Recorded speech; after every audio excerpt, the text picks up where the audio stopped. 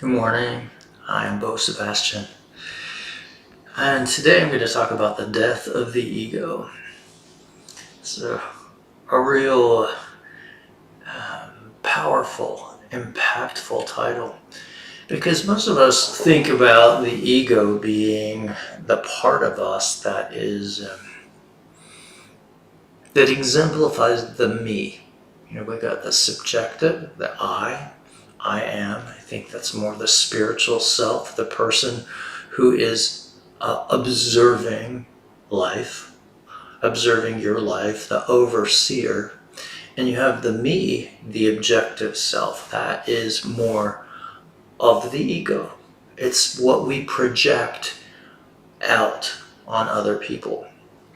It's our looks, the way we do our hair, the kind of clothes we wear, the manicuring of your beard or of your hair or of your eyebrows. And I know I made my ego look a little less scraggly for this MP3, for this podcast, because I want to look presentable. But I'm saying I want to look presentable, but it's really I want the me, the Sebastian, to look presentable. So we have a part of us that is creating an exterior look, our job, our looks, the clothes we wear, the personality we convey to others. And most of what we see out in that me is something that we think is being judged by others. And quite probably it is. So what is this I then? What is the subjective self? Is it completely spirit? Is it the power that creates in our life? And what does I have to do with the me? Well, I think it all comes down with perception. Perception is an ego, the ability for the ego to look at something and decide with judgment what it believes of it. And this is where we get into ego-based ideas, because with what measure we judge, we'll be judged back. And our I knows that because it's a law, the law of cause and effect. It's a polarized law in the manifest universe that we're seeing.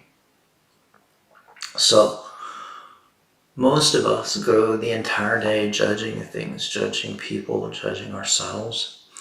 And that buries deep into the subconscious mind. That comes up as a fear that we're going to be judged. So to create a death of the ego, we basically have to allow, whenever a perception comes up, we have to allow that perception to be love. We have to allow that perception to be one with Spirit and God. When we do that, we change, we create atonement, we create the death of the me part of us that wants to create something attainable, that wants to create a persona that's judged in a good way. The truth is, we are made of love. We are made of God. When God created us, we were created perfectly in its image. And what we're seeing in front of us is kind of an illusion that we're all creating together, an ego illusion that we're all creating together. And what would create atonement, like Jesus atoned with the crucifixion and resurrection? What he did was take away the necessity to judge, because he took away sin, or he took away the mistake of the ego. I have to be honest with you. Today I woke up, and yesterday I woke up, and I was in a little bit of a funk. And as I took my morning walk, I realized that what I was experiencing was a feeling of death of the ego. I have resigned in the past few days to wanting to be like Spirit, to wanting to listen to the Holy Spirit. And when the perception of fear comes up, or when the perception of guilt comes up, I want it to be washed away, and I want it to be filled with the kind of love that would answer every judgment with love, every perceived external thing with love. This is a tall order. And it also creates a space where the me starts to feel like, what's my purpose now? And I think that's the funk, the weirdness that I'm feeling about what do I do with today? What do I talk about today? Well, here's the key, and I'm going to make this brief today. The key is that when we let go of our ego self, when we let go of the me that we're creating for everyone to observe and for everyone to say, oh, isn't he wonderful, or isn't she wonderful, or hasn't she lost weight, or look, she's aging well, I don't know, whatever you want the ego to be judged as. The difference is, when we let go of the ego, the only thing that really matters is that we share love. And how do we share love? We share love with understanding the knowledge of Spirit. And knowledge and perception are kind of contrary.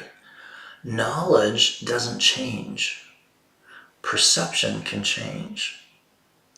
So if I talk to the Holy Spirit, the intercessor between God and the I, if I talk to the Holy Spirit and I gain knowledge today, and what I do with that knowledge is share it, then the I and the me now have purpose.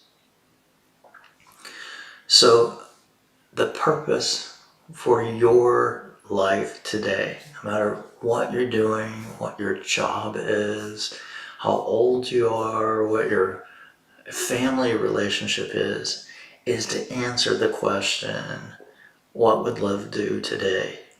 And do it. And then begin creating a story about love. You know, we were made in the image of God, and God is a creator. So we are consistently a creator. There's nothing we can do to change who we are. That's knowledge. I didn't come into this world, I didn't make myself. Something made me, and made me in its image. And I possess that. When I start to look past the ego self and possess the I of me, I realize I am a creator. And what my purpose is to create. So as I was looking in my gardens around the condo, all the orchids are beginning to bloom, and there's a mango tree around the side, and I was looking at the little mangoes that were coming up, and the idea that spring is springing forth in the world. To me, that is good creation. That is the kind of creation our souls want to bring to this world. I think that when God created a son, or God created part of himself in this world, he wanted him to have everything that he was. He wanted him to not only be a creator, but to create love. loving things, beautiful things. That's what your goal is today. It's not about trying to be the prettiest, the best. You are already those things. All you have to do is allow the I in you to express them in beautiful ways. Have an amazing rest of the day.